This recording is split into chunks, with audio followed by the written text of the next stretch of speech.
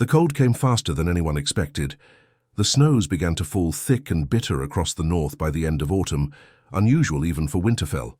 By the time Theon Greyjoy took the castle, there were rumors of abandoned villages and whispers of figures in the woods, tall, pale, silent. Theon ignored them. He had no patience for ghost stories, but the peasants he tried to rule wouldn't stop muttering about blue eyes in the dark. He had hung 3 of them for spreading fear. That didn't stop the rest from fleeing. Within weeks, Winterfell was nearly empty, save for Theon, Farfi, handful of Ironborn, and 2 frightened boys he believed were Bran and Rickon Stark. The dead came at night, no drums, no horns, no signals, just the wind howling like wolves and the silence that followed. Theon had posted 4 sentries at the walls. None raised the alarm. He found their bodies frozen stiff the next morning, lying in the snow with their mouths open, eyes rimmed with ice. Their armor was untouched. There hadn't been a fight. That was the first sign. The next came the following night when the dogs in the kennels began to scream. Theon and his men found nothing there but blood, steaming on the frost-covered floor. The cages were still locked from the inside. By the 3rd night, his men began to beg him to leave. "We're Ironborn," Theon spat. "We don't run from shadows." They stayed. The dead rewarded them for their courage. Theon didn't remember when the walls were breached or how. The screams came from the courtyard, from the towers, from the Godswood. He had been in Maester Luwin's chambers when the Whites burst through the door. He tried to fight, hacked one down with a sword, but it didn't scream, didn't bleed. It just crawled back to its feet as if nothing had happened. He ran. The mighty Prince of Winterfell, running like a child through the hidden tunnels beneath the crypts, the shrieks of the dead echoing after him. He never saw the Stark boys again. Robb Stark received word too late. He was deep in the Riverlands, planning his next move against Tywin Lannister, when a single rider, bloody and half-mad, reached him. "Winterfell is gone," the man kept saying. "The dead took it. Not men. Not men." Robb didn't believe it. Couldn't. The North was strong. Winterfell had stood for thousands of years. But then came more ravens, then survivors. Peasants, rangers, black brothers, even a few broken Ironborn. All told the same tale: blue eyes, silent death, corpses that walked. Catelyn tried to speak sense to him. "It may be a trick," she said, "an illusion of the enemy. The Lannisters have played worse games," but Robb remembered the old tales, the ones old Nan used to tell, the long night, the White Walkers. "This is no Lannister trick," he said. "This is older, worse. He abandoned the war. Most of his bannermen followed him. Some did not. Lord Karstark called him a coward. Lord Umber demanded proof. The Riverlords begged him to stay. They feared Tywin more than the dark. He didn't listen. The king in the north turned his army home. He marched through snows that came too early and too thick. Villages were empty. Crows circled the skies, but there were no corpses to feed on. Just blood. Just silence. By the time he reached Moat Cailin, he had lost 1/3 of his men, not to battle but to the cold and things that moved in the trees at night. Beyond the wall, Jon Snow was running. He had watched the White Walkers slaughter, the men at the fist of the first men. He had watched his brothers of the Night's Watch scream as they were pulled apart. He had seen Corryn die and rise again. Now he fled south through the snow, the horn still clutched in his hand. Sam had told him what it meant: 3 blasts, White Walkers. No one had believed them. Now it didn't matter. He ran not for his life, but for the world. If the wall held, they had a chance. If not, all would burn, and in Winterfell, under the ashes and bones. The Night King raised his arms in silence, and more dead rose to join him. Robb Stark arrived at the ruins of Winterfell just before dusk. What had once been his home now stood like a graveyard, its walls scorched and broken, its towers twisted by fire and frost. Snow covered everything, but it was not the white, clean snow of winter. It was grey, heavy, wet with rot. A stench hung in the air, sweet and sour, like rotting meat. The wind carried whispers, or maybe that was just what the men feared they heard. He dismounted in silence. Grey Wind growled low at his side, fur bristling, tail low. The direwolf smelled something unnatural, and the soldiers around Robb clutched their weapons tighter. No one spoke. Even the horses seemed to know. This was not a battlefield, this was something else. A cursed place. Maester Wyman dismounted beside him and pressed a cloth to his face. "The stench," he said, his voice thin. "It's not natural." Robb moved slowly toward the gates. They were half-torn, splintered where some massive force had smashed through. He stepped over a shattered helmet, slick with old blood, and paused when he saw a sword driven into the frozen earth. It was Theon's sword. Robb recognized the hilt, stolen, likely, from Winterfell's armory. Around it lay blackened bones. Felt nothing. Not hate, not even sadness, just cold. The silence of Winterfell screamed louder than any battle. Then they heard it, a thud, then another, a dragging sound. The soldiers froze. Robb turned to the sound, hand on his sword. Grey wind snarled, teeth bared. From the shadows of the courtyard something moved. It came slowly, dragging 1 foot behind it, skin pale and raw, lips torn away from cracked teeth. One eye was missing. The other glowed a sickly blue. It had once been Sir Roderick Castle. The old master-at-arms shuffled forward in death, sword still clutched in his bony hand. Bits of chainmail hung from his ribs. He didn't moan, he didn't groan, he just moved, silent, determined, unstoppable. "7 hells," whispered one of the men. Robb didn't hesitate. He stepped forward and plunged his sword into Roderick's chest. The body fell, and then, with a snap of its head, began to rise again. Only fire or dragonglass, Jon had said in one of his letters, and they had neither. Grey wind lunged forward, tearing at the thing's throat, and still it writhed and grabbed. Robb hacked again, this time at the neck. The head rolled away, and only then did it stop moving. Silence returned, but now they knew it wasn't empty. Winterfell was full of death. At Castle Black, Jon Snow stumbled through the gate, half frozen and barely breathing. His cloak was shredded, face raw with windburn. Sam rushed to him, tears already in his eyes. Jon, you're alive. They're coming," Jon gasped, collapsing into his friend's arms. "The wall won't stop them. It's too late." Jorah Mormont, the old bear, stood at the top of the stairs. He looked thinner than before, his black cloak weighed down by snow and dread. "They took the fist," Jon said, coughing blood. "Everyone. They're coming." The horn blew once, then twice. The third blast never came, not yet. The old bear gave the order to seal the gates. He ordered every brother to the wall, torches, oil, arrows, anything that burned. But Jon had already seen the truth in the night's eyes. Fire was a hope, but hope dies quickly in the dark. Far to the east, Daenerys Targaryen stood beneath the red comet, dragons circling above her like sparks from a forge. The House of the Undying had shown her visions she hadn't understood until now. Pale King in the north, a city of snow, a blue-eyed shadow sitting on a frozen throne. She had thought the Iron Throne was her destiny, but now she saw the truth. "I must go west," she said to Ser Jorah, "not to conquer." "To fight," Jorah looked confused. "Fight who?" She looked to the sky as Drogon landed beside her, growling low. "The dead."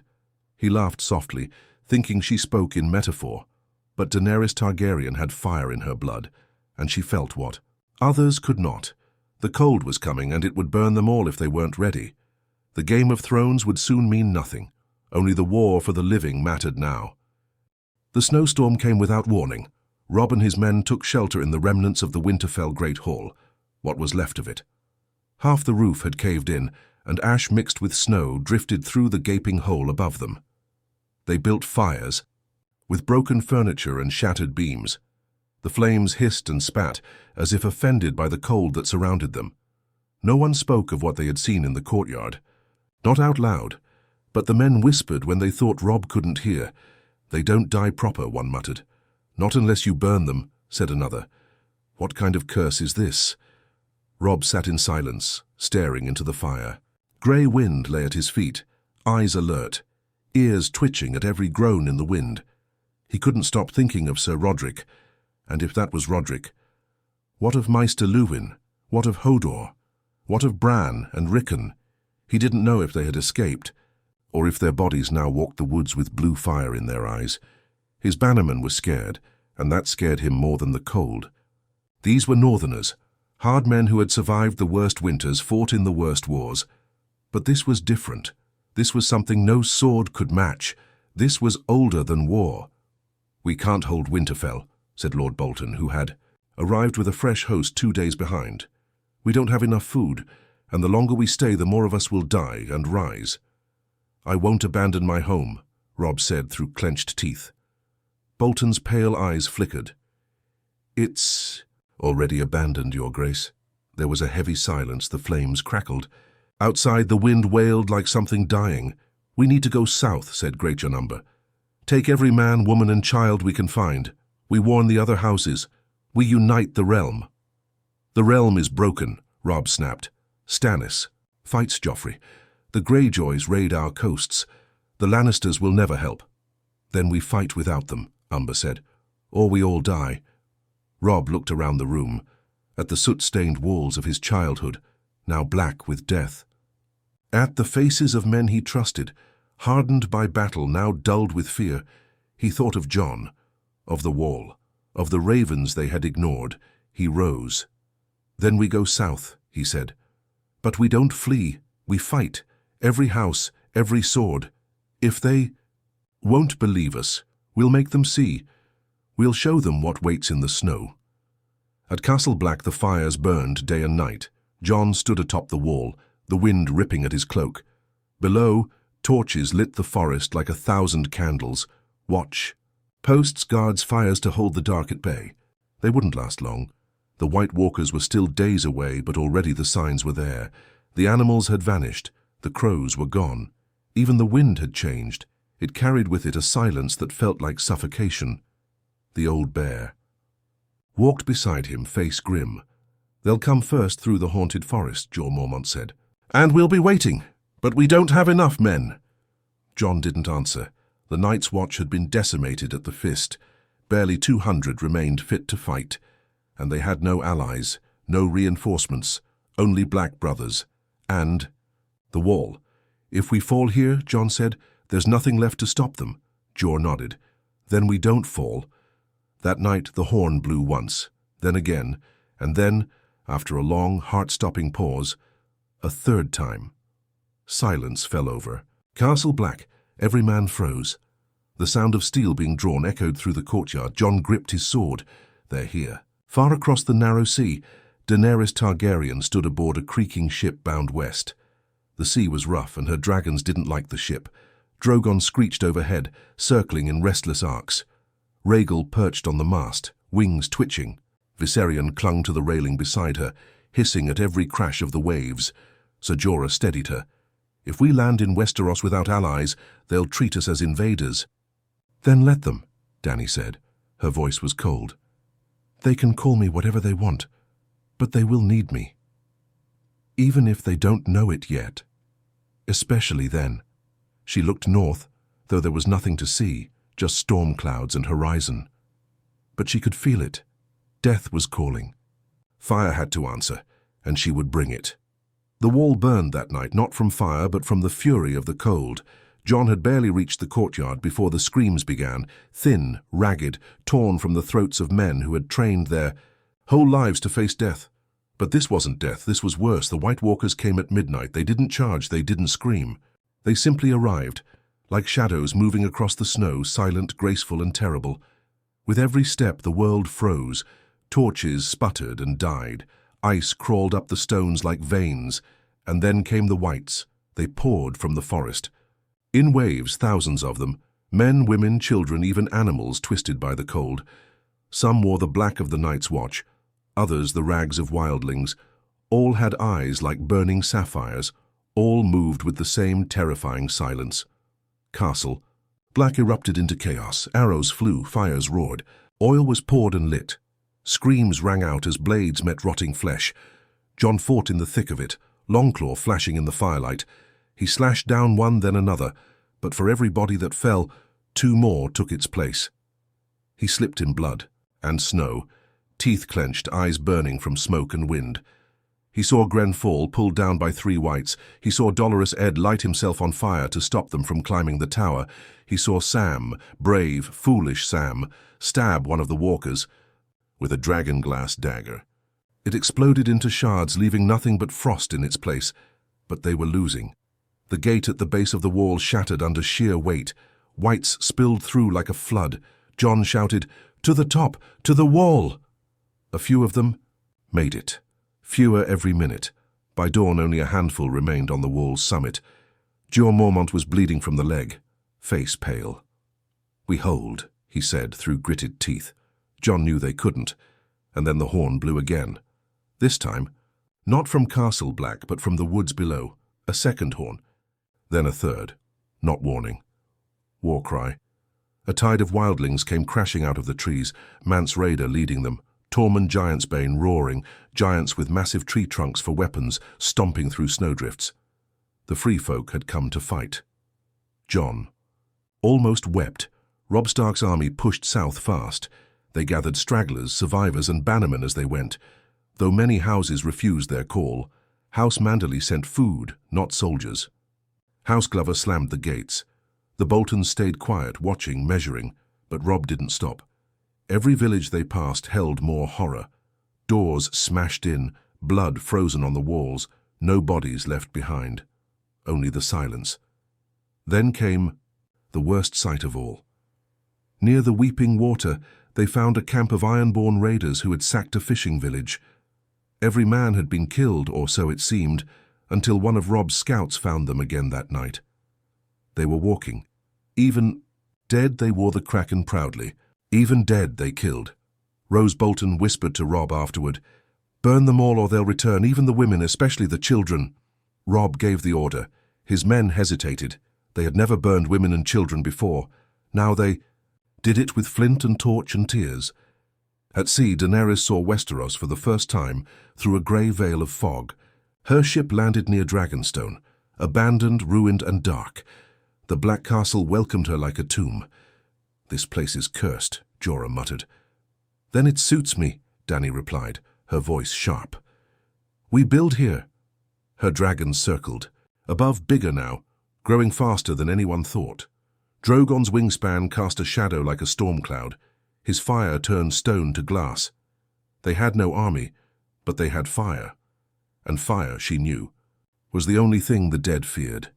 As she walked the stone halls of Dragonstone, her visions returned.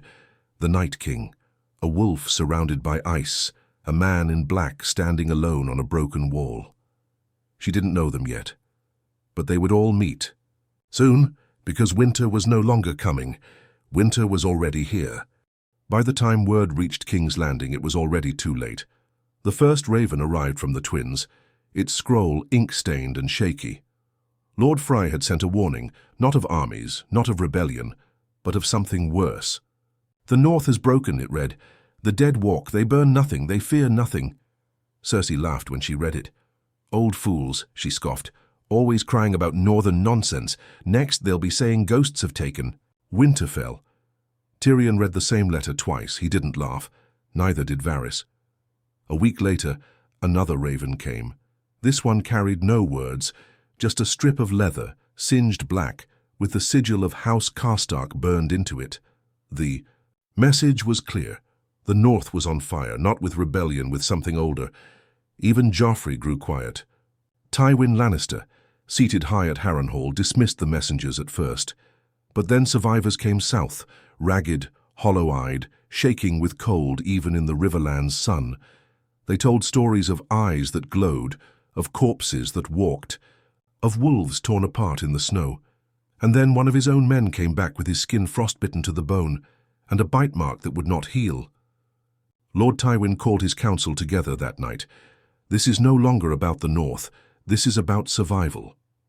At the wall, the battle had ended, but the war had only begun. Jon stood beside Mance Rayder, both men covered in blood and ash, watching the sunrise over a ruined forest. Castle Black still stood, barely. Half the wall's lower gate was in splinters. Hundreds were dead. Hundreds more turned. "We saved the wall," Jon whispered, not quite believing it. "For now," Mance said, "but they'll come again, with more." The wildlings had suffered too. Giants lay broken in the snow and their chants had fallen silent.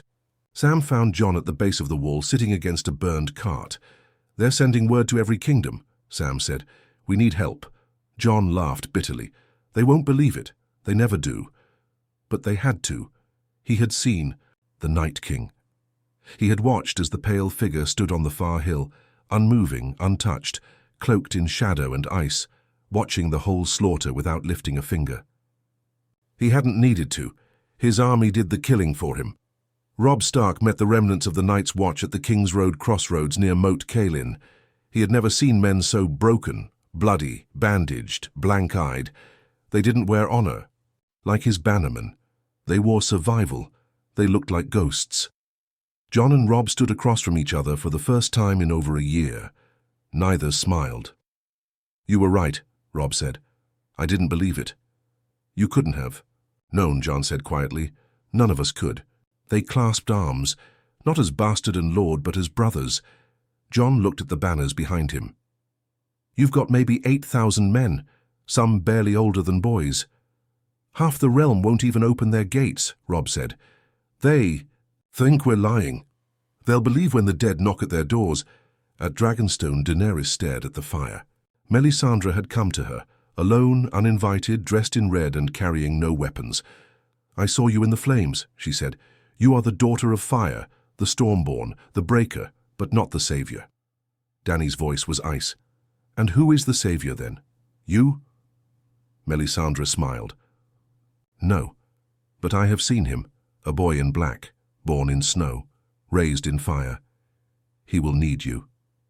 You will need him." Daenerys said nothing, but Drogon shifted behind her, and his wings stretched toward the sun. By the month's end, Robb Stark's army, Jon Snow's survivors, and a fraction of the wildlings marched toward the Neck. South of them, the Riverlands were quiet. Too quiet. Whole towns were empty. The dead weren't just moving, they were spreading. At night, the campfires burned higher. Wolves howled less and less. The men grew quiet. Every cough brought fear. Every groan in the dark brought steel from sheaths. Robb stood watch beside Jon that night. "We won't win this with swords alone," Robb said. Jon nodded. "We'll need dragons." "And fire," Robb whispered. "Enough to burn the world if it means saving it." The march south was slow, too slow. Every mile brought colder. Winds and darker omens. Snow fell even in places it never had before, and the sky never quite turned blue again. Clouds hung low and grey, and the sun looked like a pale ghost behind them, never warm, never strong enough to melt anything. Jon rode beside Robb at the front, Ghost padding silently between the horses. Neither spoke much. There was nothing left to say. The living were running out of time, and every delay was another death they could not afford. Robb's bannermen grumbled. Many of them didn't trust the wildlings marching beside them. Men like Tormund and the remaining giants were tolerated, but only barely. There were too many ancient grudges, too much blood spilled between them over too many years.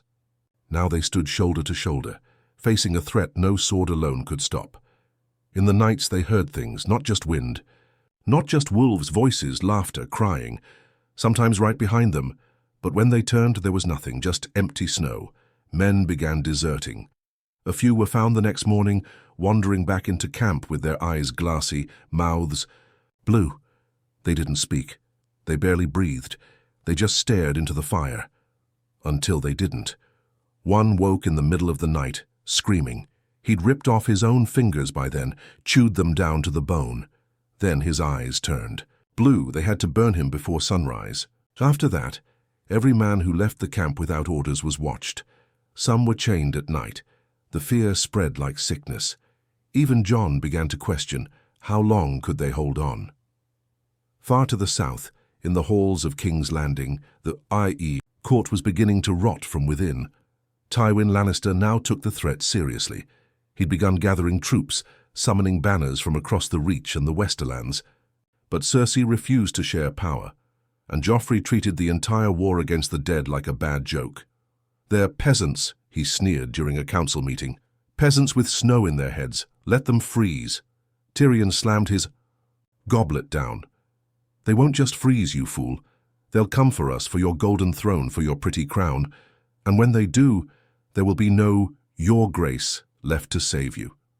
Cersei narrowed her eyes. "You're trying to..." Scare the boy, he's king. You don't speak to him like that. Tyrion leaned in, voice low and sharp. I'm trying to keep his head on his shoulders, sister, and if he doesn't listen, the Night King will rip it off himself. That night, Varys came to Tyrion's chambers, silent as a shadow. They've landed, he whispered. Tyrion blinked. Who? Daenerys Targaryen, with dragons. At Dragonstone, Daenerys held court, not in the throne room, but in the war room, over ancient stone maps, of Westeros cracked and faded by time. She had no army, but she had fire, and now she had Melisandre, who claimed to speak for fire itself. So you must ride north, the Red Woman said.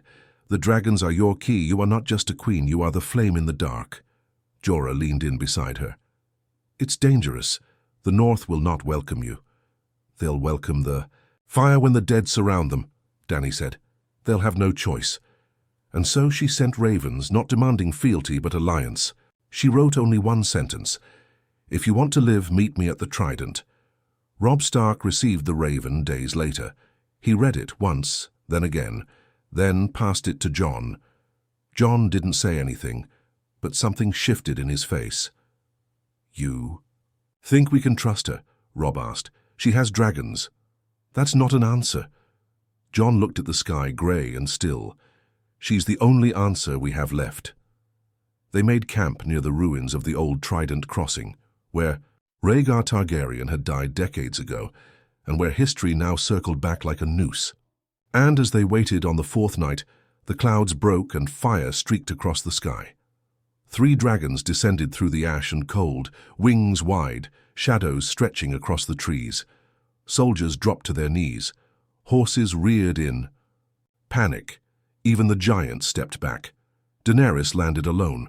Her silver hair whipped in the wind. Drogon roared behind her. She didn't speak. She didn't have to. The fire had arrived. And behind it, far, far behind it, so had the cold. The smell of ash clung to the riverbanks.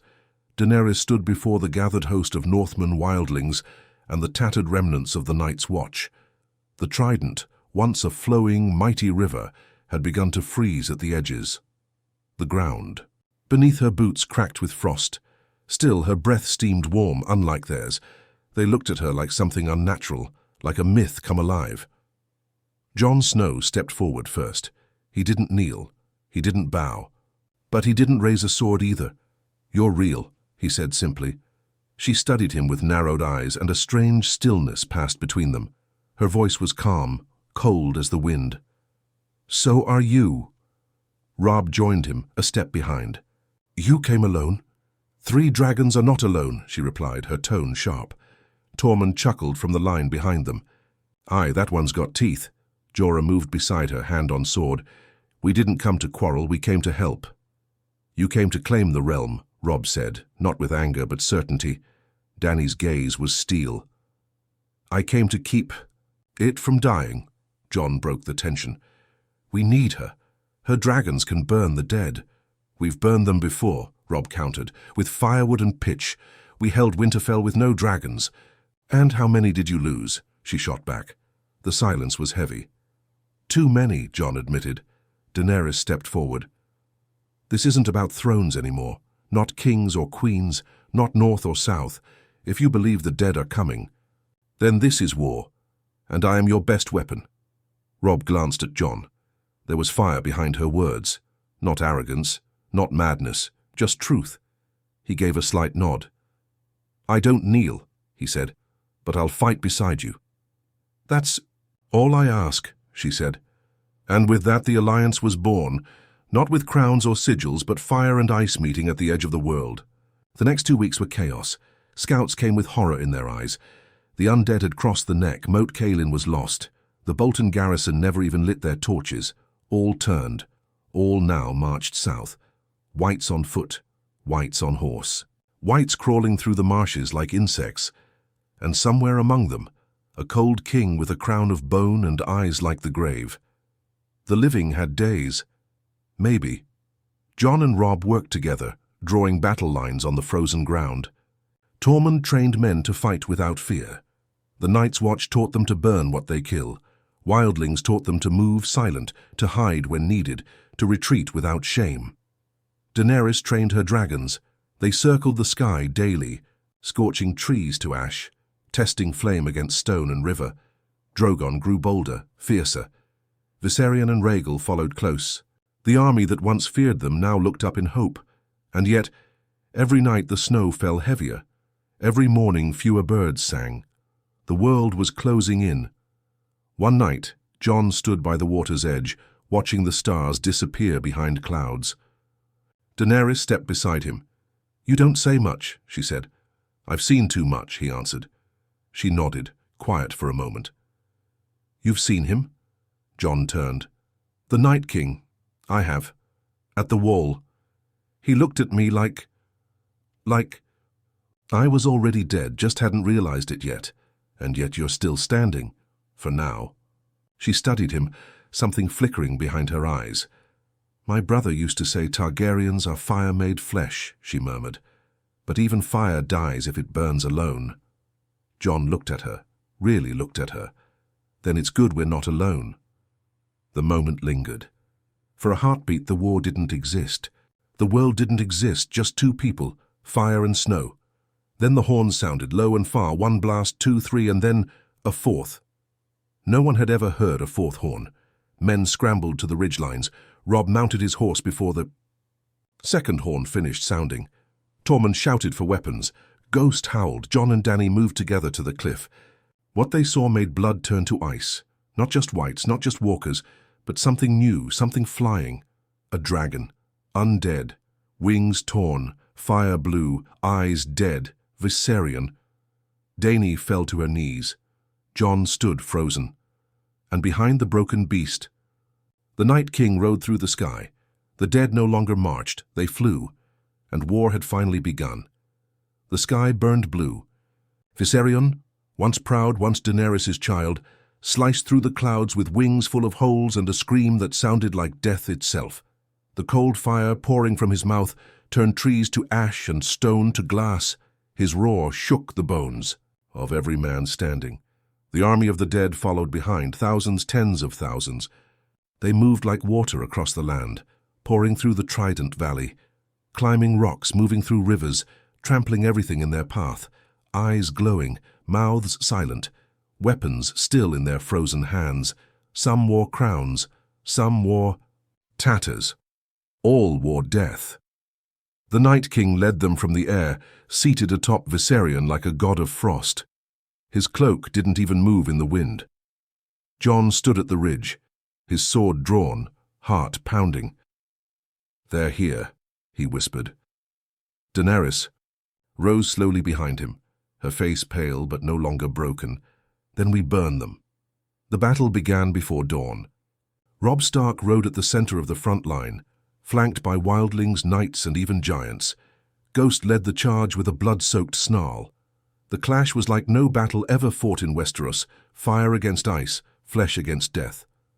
Tormund's axe crushed bones and carved through dead flesh that didn't bleed. Gendry, now armored and swinging a hammer, fought beside Podrick and Brienne, torching every corpse that moved. Sam remained in the back with the archers, hands shaking but steady enough to fire. And from above, the dragons came. Drogon and Rhaegal screamed across the skies, fire raining down in golden sheets. Whites turned to ash in seconds.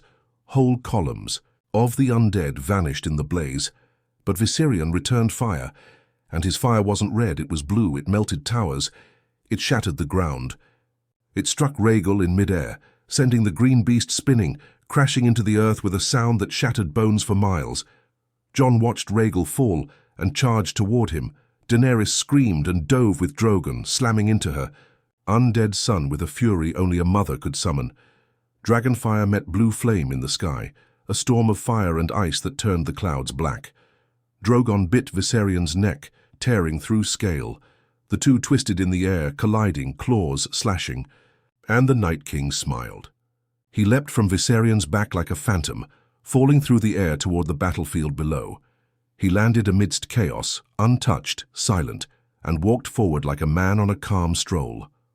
Robb saw him, and charged. They met at the center of the Trident. Robb, king in the north, swinging his sword with fury, attacked the Night King head-on. The cold rippled from the creature like waves in a frozen lake. Steel rang, shattered. Robb struck again, and his blade cracked. The Night King grabbed him by the throat. Jon reached them just as Robb fell, gasping to the snow. He tackled the creature from behind, Longclaw flashing. The Night King turned, caught the blade bare-handed. It hissed. For the first time he looked surprised. Jon pressed harder, fire and ice grinding against each other, until the Night King threw him back with a scream that shook the sky. He raised both hands, and the fallen around him, Robb's men, wildlings, giants, opened their eyes. Blue, Jon screamed, "No!" Drogon dove again. Daenerys clung to his back, eyes full of rage and grief. She saw Jon, saw the Night King, saw the battlefield slipping into darkness. She gave the order with no words, just a cry. Drogon unleashed everything he had. The Night King was swallowed in flame. For seconds there was only fire, roaring, ripping, consuming. Then he stepped out, unburned. Daenerys' eyes widened.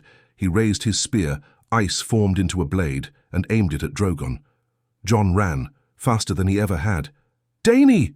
The Night King threw, and the world held its breath. The spear flew, deadly, silent, perfect, but it never struck. Robb Stark, bleeding, broken, burning, rose from the snow and tackled the Night King at the last second. The spear missed. Drogon roared and rose, Daenerys screaming in horror as Jon reached Robb's body, now limp and quiet. There was no breath, only peace.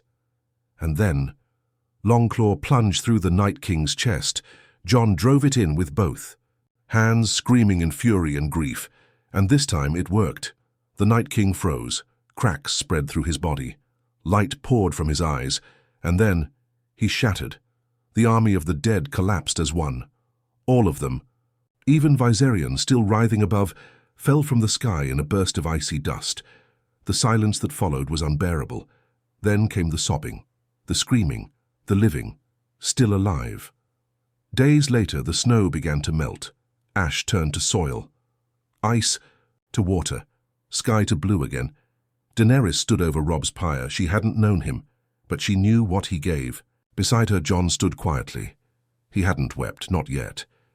"He saved you," she said. "He saved everyone." "And you killed the Night King." Jon shook his head. "We all did." They looked to the sky where Drogon circled once before, disappearing beyond the clouds. The fire had lived and the cold had ended, for now.